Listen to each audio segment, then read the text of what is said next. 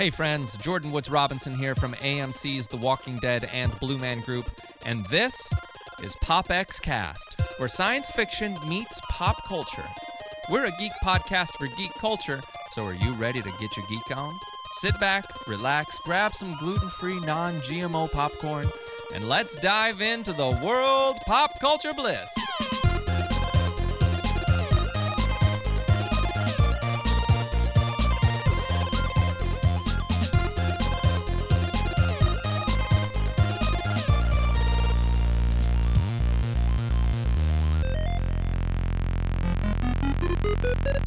You are listening to PopXcast, where science fiction meets pop culture.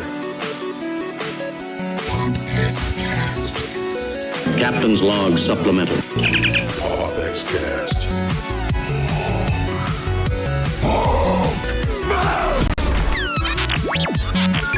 Hasta la vista, baby.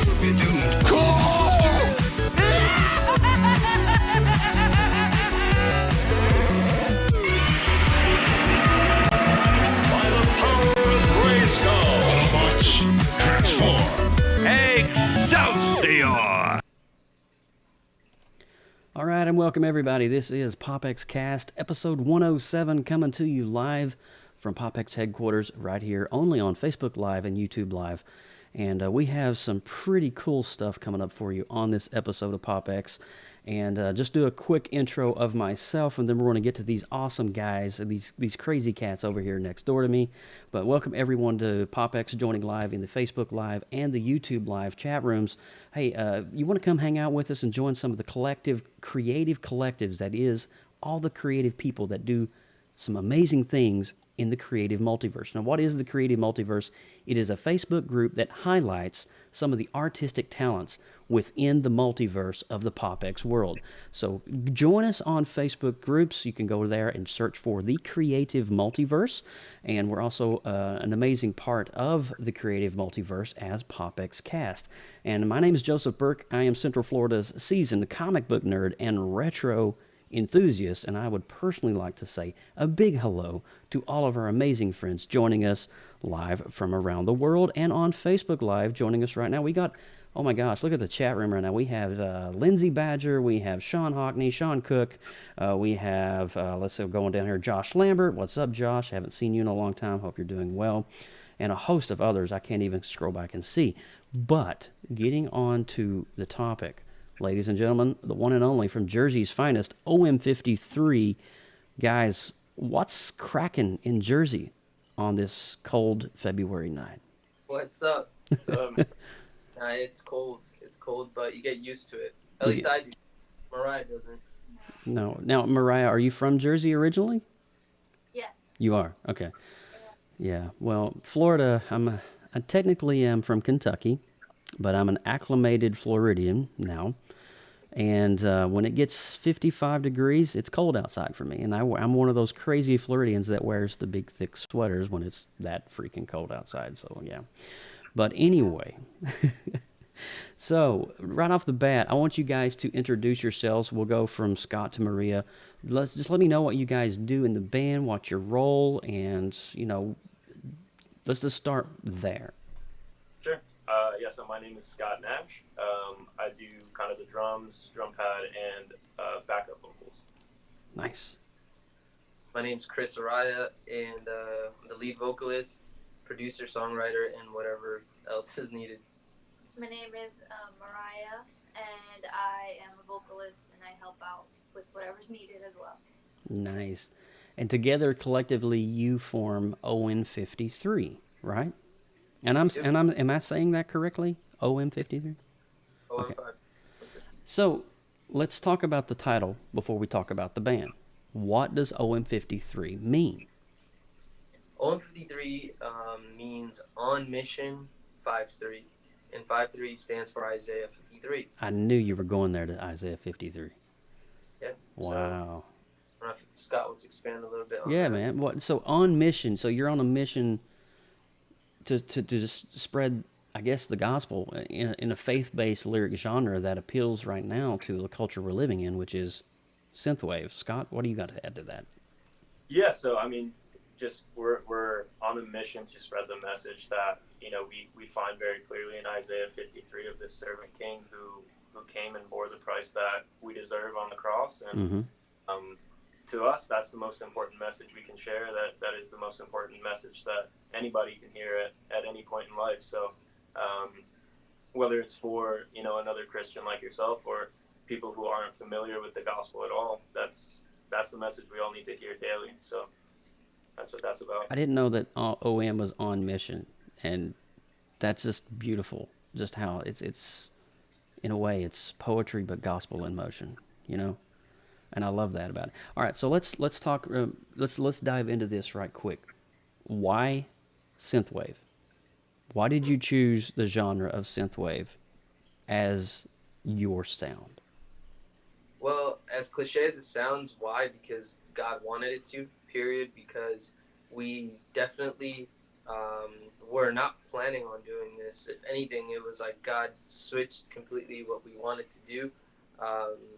We remember at the time when we first started as a band, we were part of a church and we were part of the ministry and wanted to just kind of create music for that church.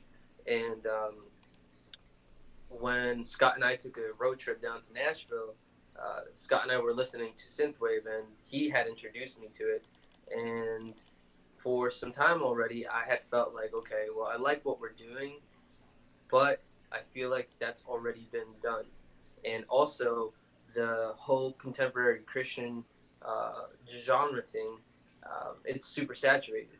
And like, if you need to listen to worship music, like if you talk to like a normal person, they'll say, oh yeah, like there's Hillsong, there's Elevation, or whatever else you're into. Jesus culture or whatever. Yeah, it's already out there. And like, in a way, it's like, well, that, you know, they already took care of that. So, you know, we had been praying for a while just for direction.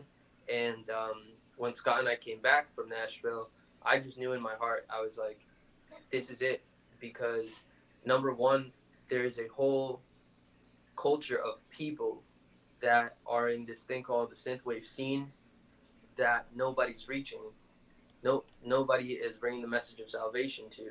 And also, like, synthwave is amazing.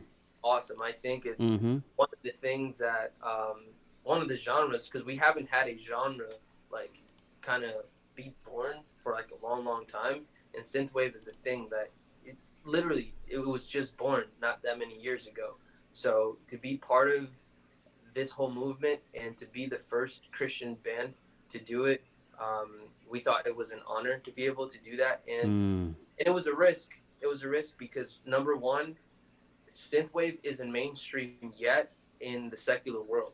It's really not. Even though we've had people like The Weeknd try to do things like it, Lady Gaga has tried to do some stuff, but like, it's not. It's not synthwave yet. And in the Christian scene, it's almost like nobody even knows what that is. No, you're true.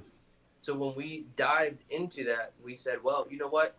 It's a risk that we're willing to take because there is a need. And when there's a need, God will provide.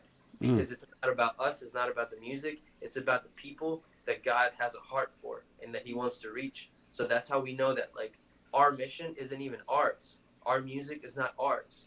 It's like what God wants to do. So if anything, it makes what we do so much easier and less stressful because we know that none of it depends on us. Absolutely none of it. So we're just like super grateful with God to have opened up this whole synthwave thing for us to be used just as instruments. Wow.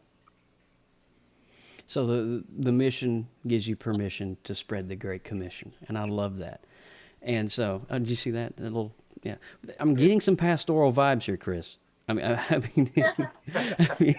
hearing you speak, and I'm like, okay, this is all right. He's got the flow here. So, did I hit the nail on the head, or is? Well, I've always had a pastoral heart, and definitely Scott and I, when we were part of Oasis Church, we were kind of part of a mentoring team of pastors in training, and we've always had the heart to pastor people. But I mean, I don't know with what God has in the future. Yeah. But I know right now, I just have a heart for people. Yeah. Well, I mean, let's talk about synthwave for a second now.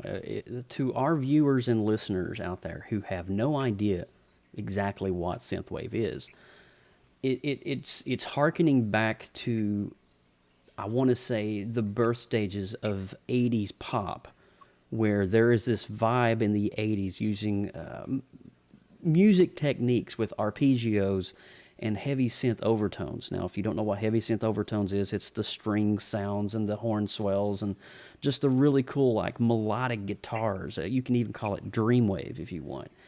But today, fast forward 2020, we're synthwave, the sound, the aesthetic, and the style of synthwave is making a huge comeback. Now, I've been following synthwave since 2015. When it really started picking up momentum, people like Scandroid and just, all these artists on Spotify, and I would just add them to this playlist and start. That's how I'd found a lot of these musical artists that were in the genre. And hearing it done in a modern style with a retro vibe is one thing.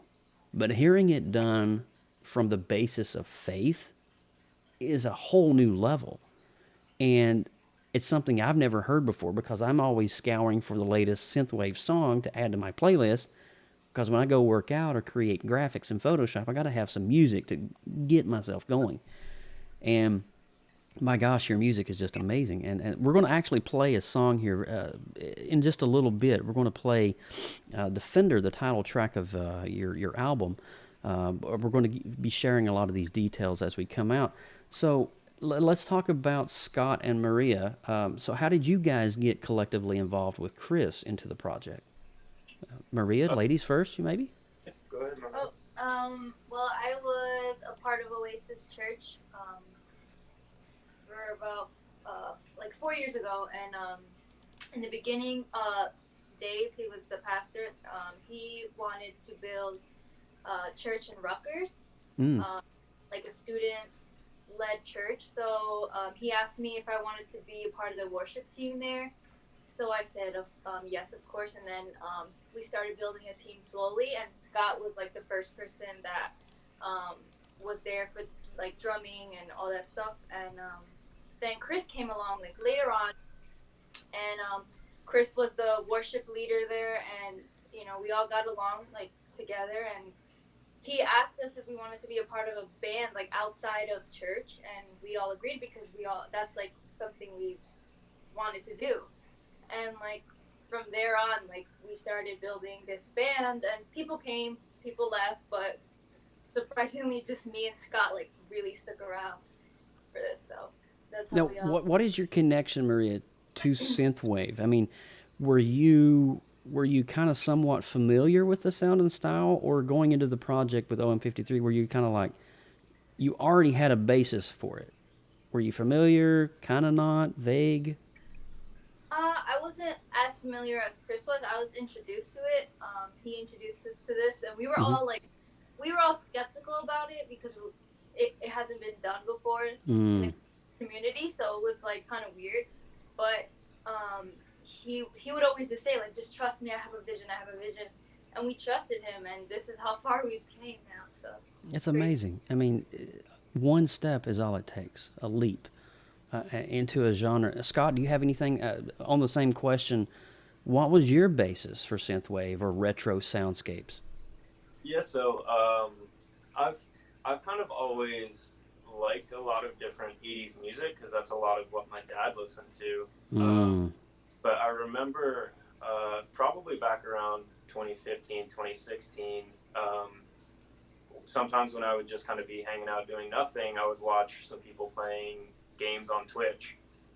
And somebody who was, I don't remember what I was watching, but he listened to Jason by the Midnight. And so that kind of opened the door, because now I have this new genre of music that I'm hearing, and it's like sounding, but it's not from the 80s. So that led me to explore more into it, where I found, FM-84, Time Cop, and all these guys. And Time Cop, yeah, boy, it's good stuff. So then I'm like, I love this. I'm like, I think Chris will like this, so I show it to him. He loves it, and then yeah, kind of where he was talking about before, we just felt like, well, let's do it, you know? That's awesome. And I don't know if it's by no mistake. You guys are three working for one, 3 in 1. I don't know if you realize this symbolism in that. I'm here all week.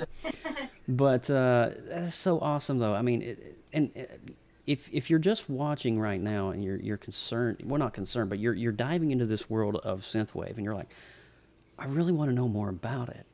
I want to understand the culture, the style, the aesthetic, if you will. And not only is it music that goes along with this culture. See, I was born in '79. Now, I'm not asking you guys to give your age, but I literally lived through one of the best decades of my life. I mean, I saw Marty McFly fly in a DeLorean in 1985 for the first time, and I went and watched E.T. in the theaters, and I got to see all this crazy stuff, and I got to live in the era in which now is a huge part of who I am as a 40-year-old man. It's just not only the graphical style, the old airbrush style with the chrome and all of that, but also it's much more. It's you know, you are what you are, and that's the whole part that I'm trying to convey. Is it's a part of me. It's ingrained in me. I listen to it, I am it, and I design it as a profession. I design graphical artwork. So let's talk a little bit about your debut. Now is Defender your debut album, or was there one before that? Well, Defender is our debut album as ÖM-53. Prior to that, we had the EP project that was our thing, just kind of figuring out how to record, figuring out how to do it, and writing songs together. So that figuring out who we were. So that was before diving into Synthwave. We just recorded that EP, and then when we came back from Nashville, I came home and I wrote Seasons. Seasons was our first single in the Synthwave scene. So wrote it, recorded it, released it. Nobody heard it. Simple. Nobody heard it. Nobody liked it because nobody knew what it was, right? And even within the Christian community, they were like, "Oh, cool. All right, whatever." But it's like, "Oh, it doesn't sound like Hillsong. Trash, right?" Like, hey, that doesn't sound like Toby Mac. I don't like that. Yeah, it doesn't. Like, this wouldn't be on on Star 99.1 or like those K-Love, so whatever. Yeah. So, you know, that was Seasons, but you know, like I said before, we stuck to the mission, and then I wrote Defender, and little by little started writing different songs, and then we ended up with the album. But yeah, when we released Defender, that's when people started getting to know who we were, because Defender has that outrun feel. Like, as soon as you hear the song, like when it starts, it's like, oh, like, what is this? Like, I don't know what it is, but what it is. Like, if you've never been introduced to Synthwave, you're like, this is cool. And it's hilarious because, like, our music has, like, exploded in Latin America for some reason. And when people call in their radio stations to request Defender, they're like, oh, can we get the song, you know, the Knight Rider song? You know, the Knight Rider. Really? Yeah, and we're like, oh, that's hilarious, because I guess it reminds them of, like, the Knight Rider. Well, it's got that arpeggio sound to it in the beginning, and you've got, absolutely. That's crazy, man. It is. That's how it went down. That's cool. Now, I got to ask, Chris, I'm getting the vibe from Scott Maria that you're kind of like the 80s retro guy. You're kind of the guy. Now, were you born in the 80s? No, I was born in 1990. 1990. I was born in 1990. Should have been born in the 80s. Yeah, but the thing is, like, it depends who you grow up with, right? Because you grow up with people who just lived the 80s, like, just lived the 80s. And so I was, like, the youngest out of my siblings at the time. And, you know, that's what they grew up listening to. And then people you go to school with. And, again, it just kind of rubs off on you. That's crazy cool, Also, man. That just happened. That's crazy cool, though. I mean, 1990, you're kind of on the teeter-totter from 80s culture into 90s culture, and what a huge freaking gap that was. But what is it about you, Chris, that you kind of gravitated towards more of the 80s culture, lifestyle, art, aesthetic? Is there a reason? Yeah, and it goes 100% with what you said, that like you are 80s. It's not like you like the 80s. You are 80s. So it's hilarious because I'm huge into fashion. I'm huge into pop culture. Mm. I love pop Same culture here. because the thing about pop culture is that there are some, like, I'd say dumb things about it, but that's what you're living. That's what people are doing. And I love people and I love connecting with people. So pop culture is people, if that makes any sense. So um, I love the aesthetic of the 80s. I don't just do 80s when I play a show. I don't just dress 80s when I'm on camera. Uh, sometimes Mariah's like, "Where are you going? Why are you dressed like that?"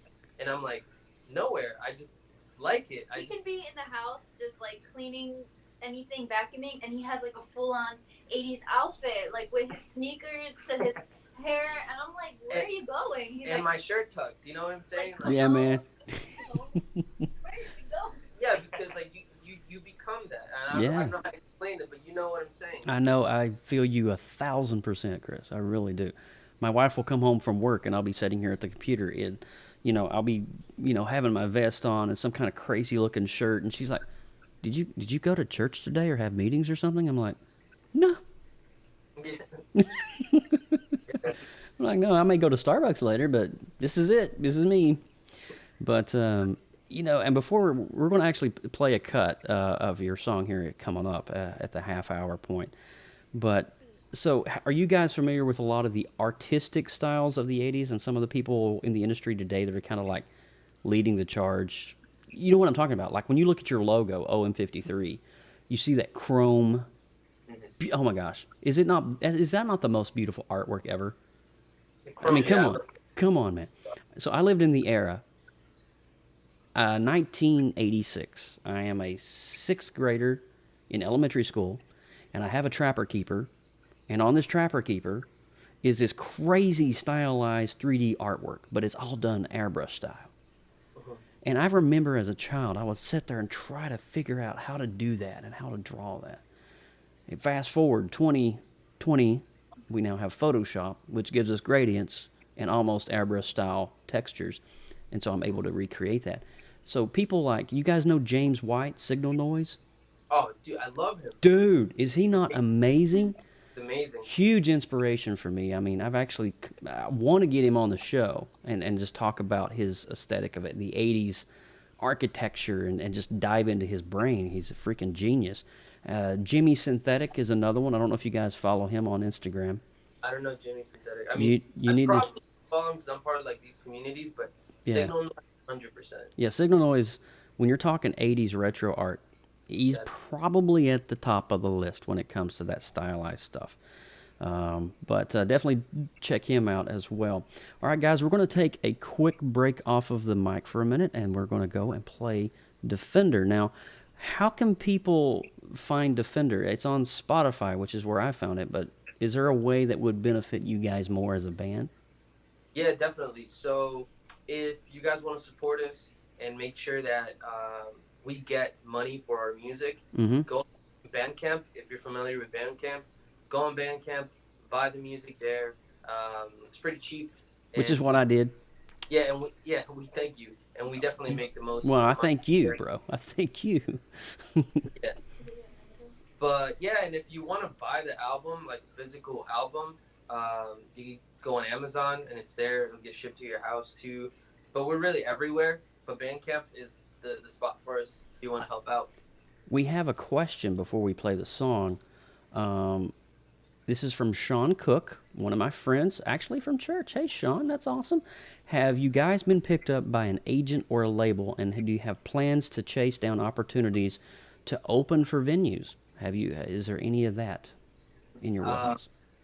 We are praying and hoping that someone out there listens to our music and likes us enough that would like to help us out that way and represent. And we are open to do anything. So if you know anybody, any agent, anybody, send them our stuff, and we'll be happy to go anywhere and do anything. All right. Well, we're going to take a 5-minute break. We're going to play the title cut of their Synthwave debut version of their album, Defender.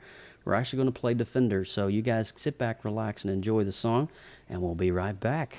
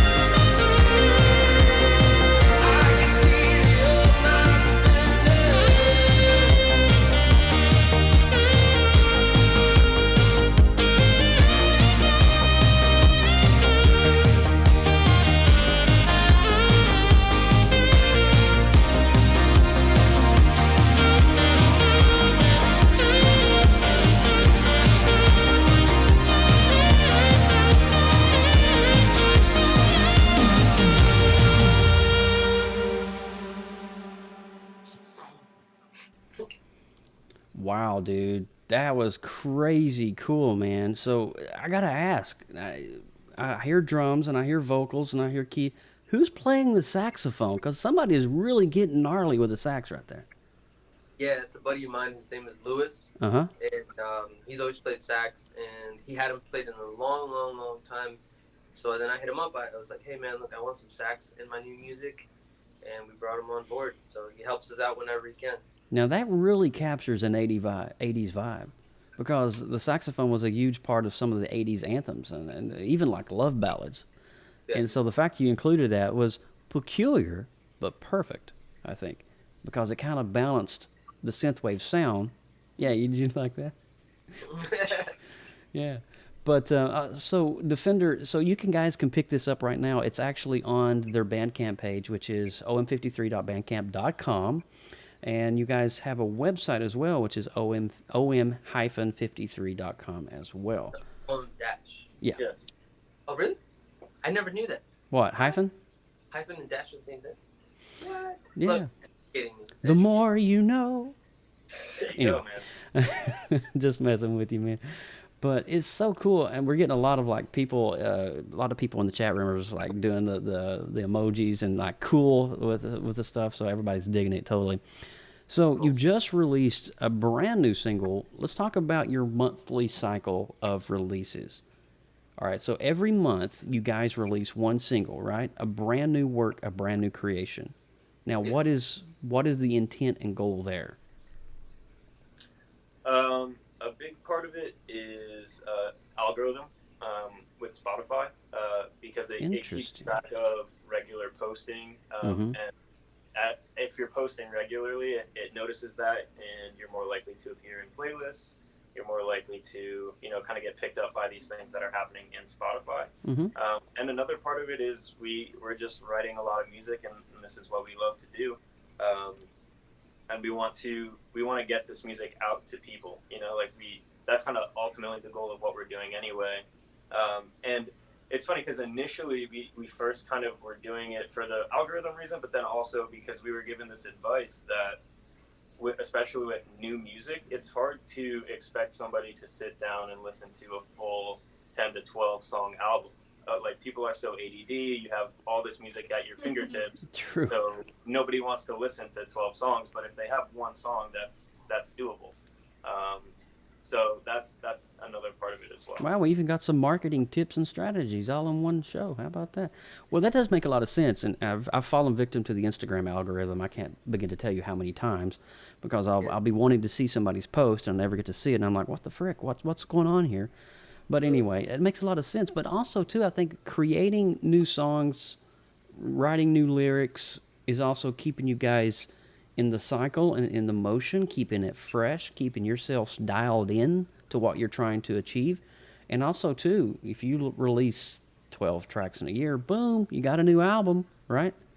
Yeah. So you can release that. To add to that, I think my heart behind that was also connecting with people, because as Scott said, like, people don't have time for 12 songs, but they'll have time for one song. So one of the things that we do is, as we release monthly, we're also releasing an episode for documentary. So we released episode 1, I think, last week. Yep. So every month you'll get an episode of, like, who we are, what we're doing, why we do what we do. And I guess as people get to know us, it makes them be part of our family, because we're constantly there. So, yeah. That's really cool. And just to kind of backtrack on that, you released one for March, which was American Dream, right?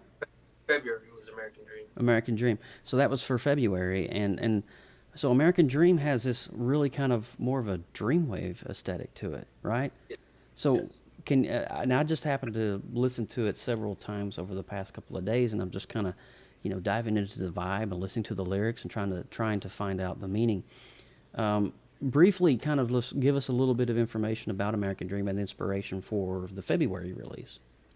Yeah, so American Dream is a song that kind of told a story of my life, and how growing up I had friends that would always encourage me to seek Jesus, but I thought that, like, success and just life was something else, Mm-hmm. right?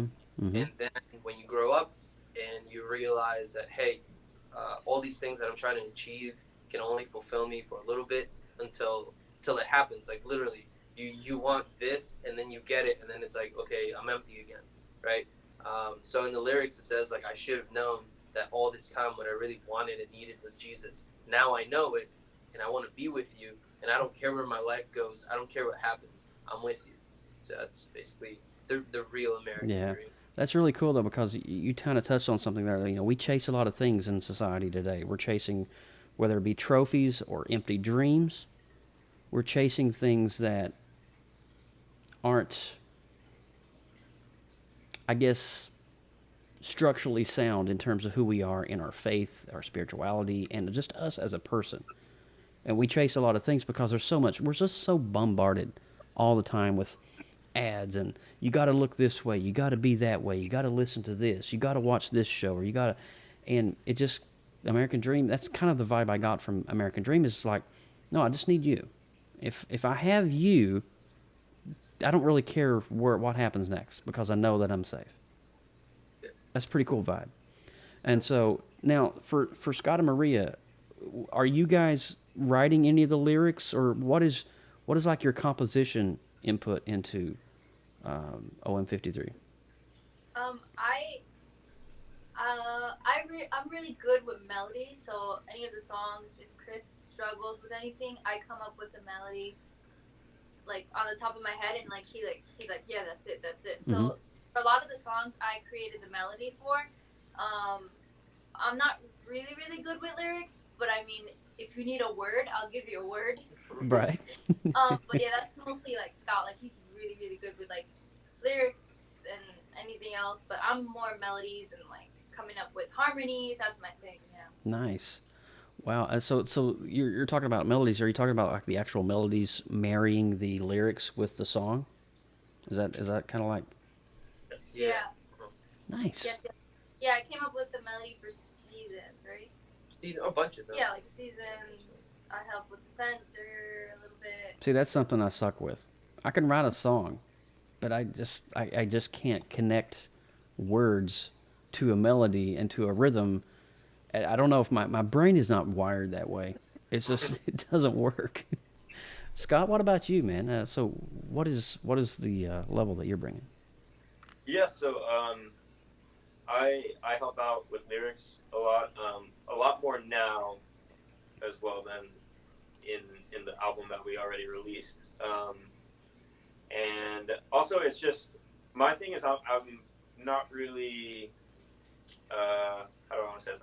I'm not too great with music itself. Like, I don't know how to play the guitar. I just had my first guitar lesson with Chris today because I decided I want to learn. But I'm not too great with, like, I can say, oh, I think it should sound like this and kind of mouth it out. Yeah. But I don't really know what I'm saying, you know? So I try and help with that part of it, and, you know, it's just kind of us working together to feel like, okay, this is the sound he's going for, and then Chris will do it on guitar or on the synth or whatever it is, and then we'll just kind of build off of that. Scott's definitely my spell check. Yeah. Yeah, like, it's good to have one of those guys handy, you know? Yeah, like, I'll come up with songs, I'll write whatever I got to do, and then I'm like, Mariah, what do you think about this melody? She's like, that's cool, but like, yeah! And then she like starts going up. Just belt it out, man. Like, well, this is cool, and start doing like runs, and I'm like, Scott, like, what about this? And he's like, yeah, but that's not even English, so let me fix it for you. So Scott, you know, being a percussionist, what are there some 80s drummers or just drummers in particular that you're very fond of, that you kind of like following in the percussion world? I don't love him specifically in the percussion world, but I love Phil Collins.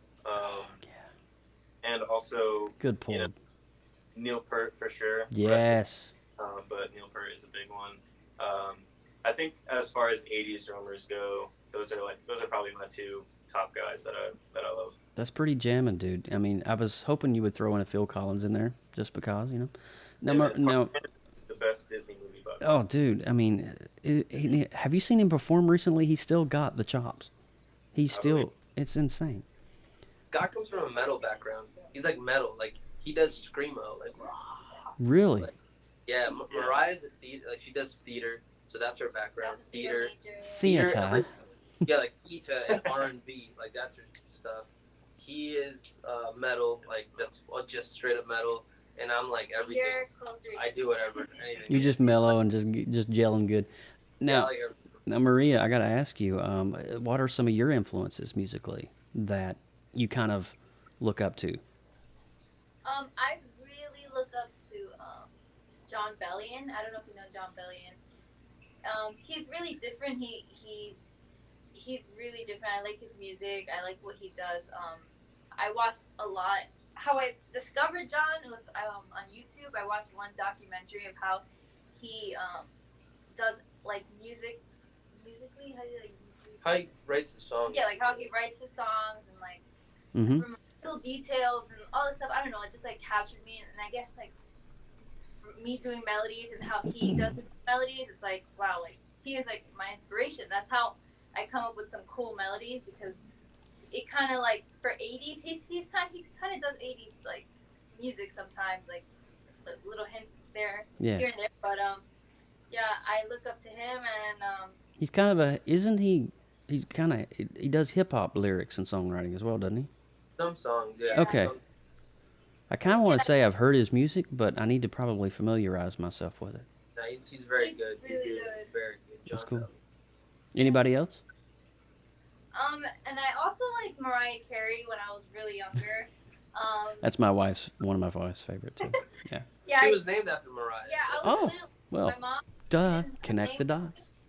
Yeah, my mom didn't have a name for me, and the nurse, like, after I was born, the nurse was like, okay, what do you want to name her? I was originally supposed to be named Karina, but then Mariah Carey was on TV, having like an interview, and she said, okay, well, I'm gonna name her Mariah. That's how I was saying Mariah. Well, there you go. All right, now I got to go to the man in the middle, Chris. So, what are some of your influences musically? Oh man, it's crazy. And So- I'm leading up to something here too. So, as we're going through this, Yeah, definitely. So I mean, I shoot a few at you quick. Love Coldplay. I love them. It's my favorite Coldplay. band. I asked Mariah out at the Coldplay concert here in New Jersey. Love John Mayer. Who else? I'm trying to think. Dude, it's just I like I have so many influences. That's why I told you I'm like the melting pot. Yeah, I listen to a lot of stuff, man. Now, if we go older, like of course, like you said, Phil Collins. Believe it or not, I like Whitesnake. Really? I like Snake. Yeah, I do like Whitesnake. Man, I don't know. It's just so many. Putting me on the spot here. Well, while you're thinking, now you said you asked her out at a Coldplay concert. Does that mean you guys are a couple? We're married. Okay, so We that just answers. got married in October. Okay, that answers that question. That would explain. Okay, because I was going through and I was like, okay, so you said you did that. You said you did this. I just wanted to make sure that we got the logistics down of that. That's awesome. Well, congratulations, guys. You guys are freshly newlyweds. Beautiful. She's taking off the market, ladies. You heard that? Yeah, that's how that rolls. Awesome sauce. All right, so now I've heard some inspirations and I've heard some of your guys is who you look up to. Give me your top 2 '80s bands that you listen to. Your top 2. We'll start with Scott, Chris, and then Mariah. All right. I need a minute here. Okay.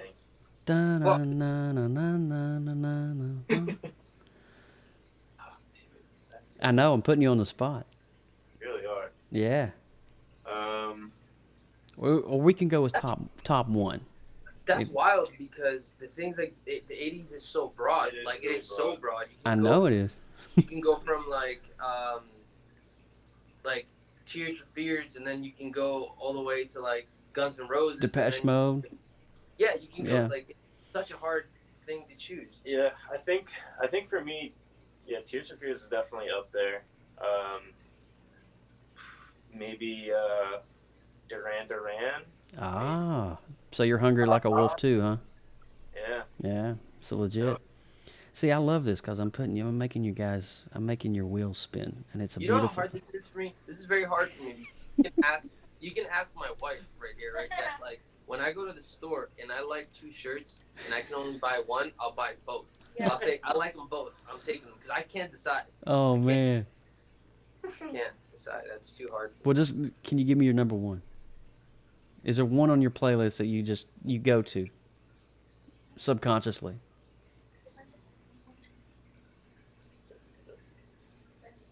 Bro, I don't know. That's okay. That's hard. It's too hard for me. It's too hard for you. Okay.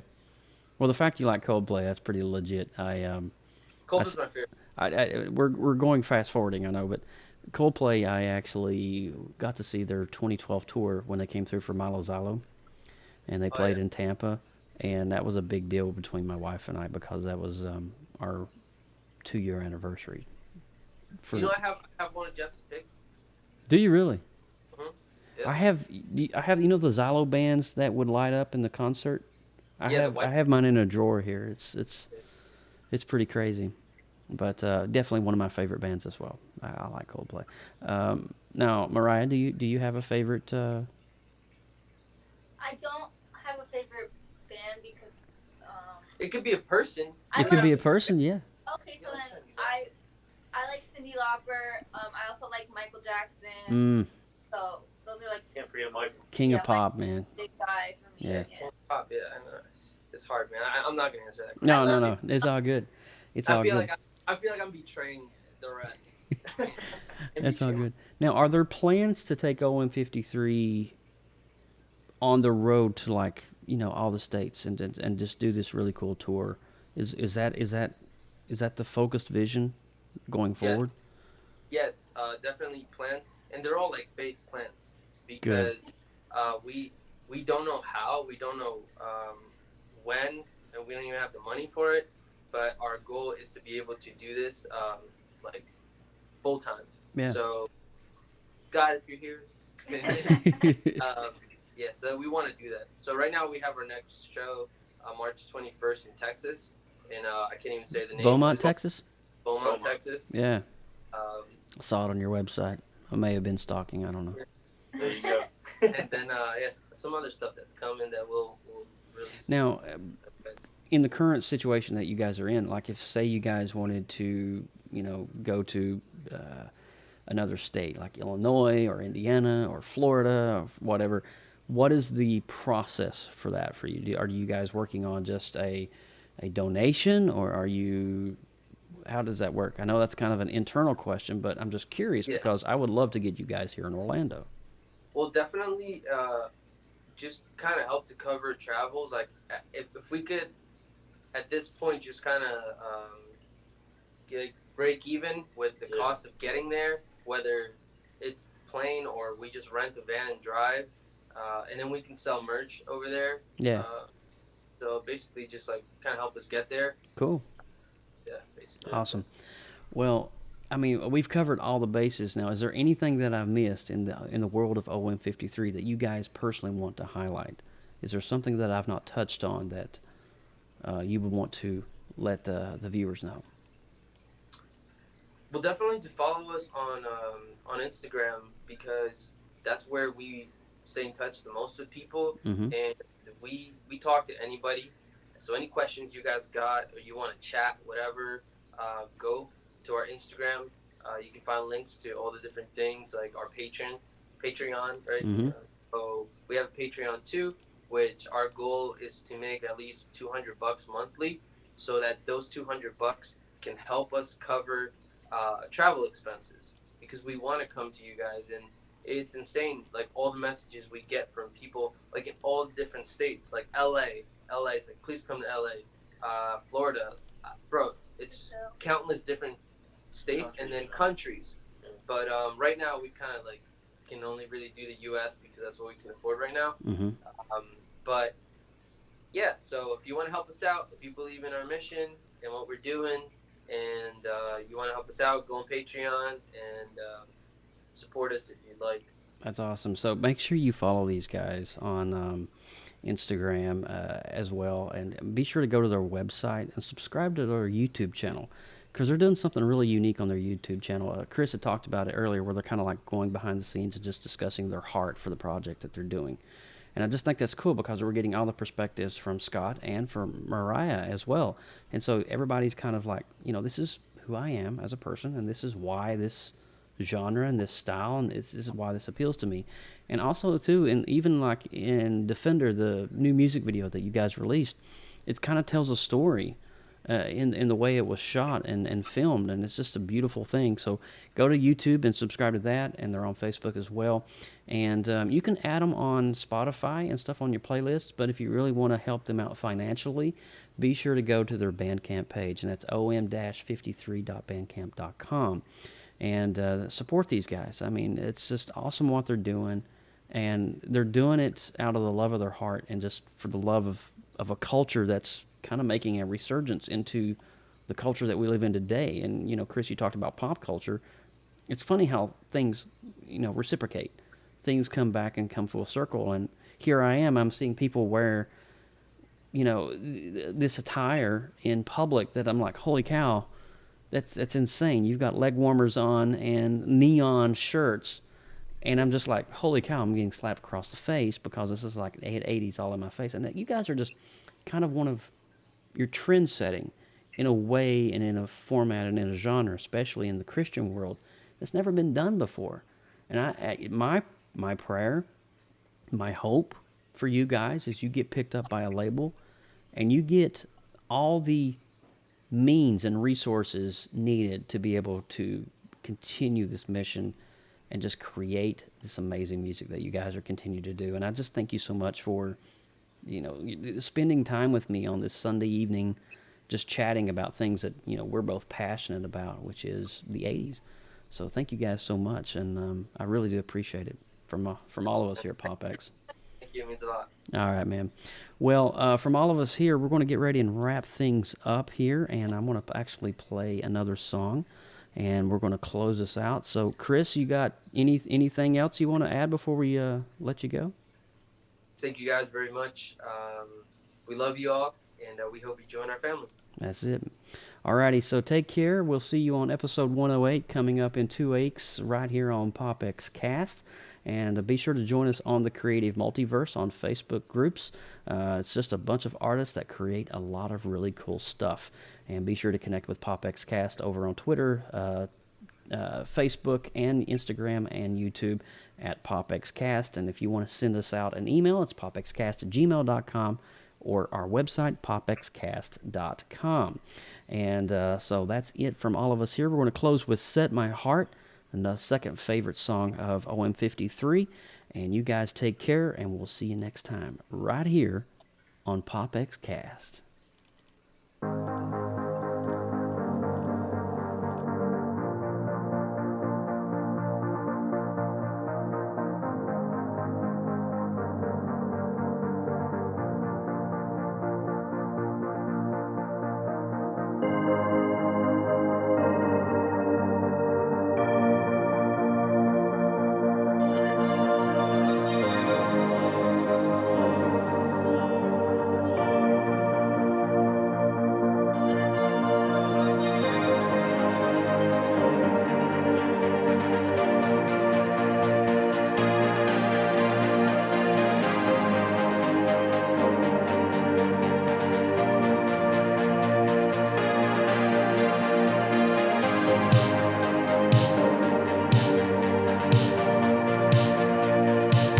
Take my eyes off of me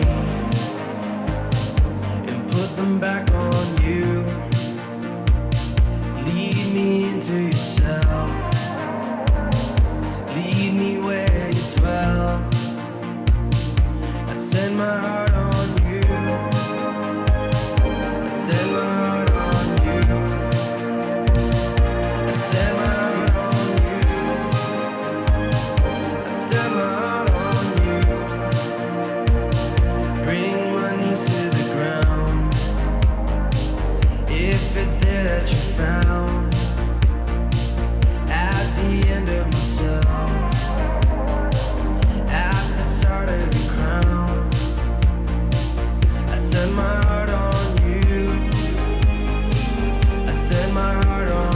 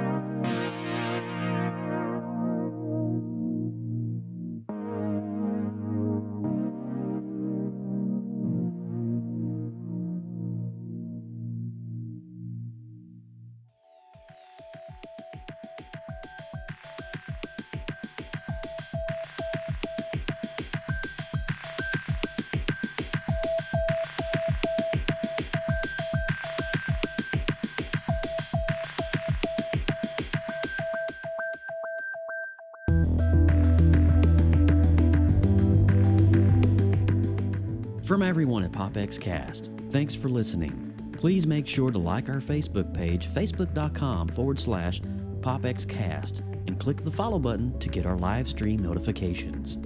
Drop us an email, popxcast@gmail.com. Be sure to check out this and more great content on the Gonna Geek Network at GonnaGeek.com. Get your geek on!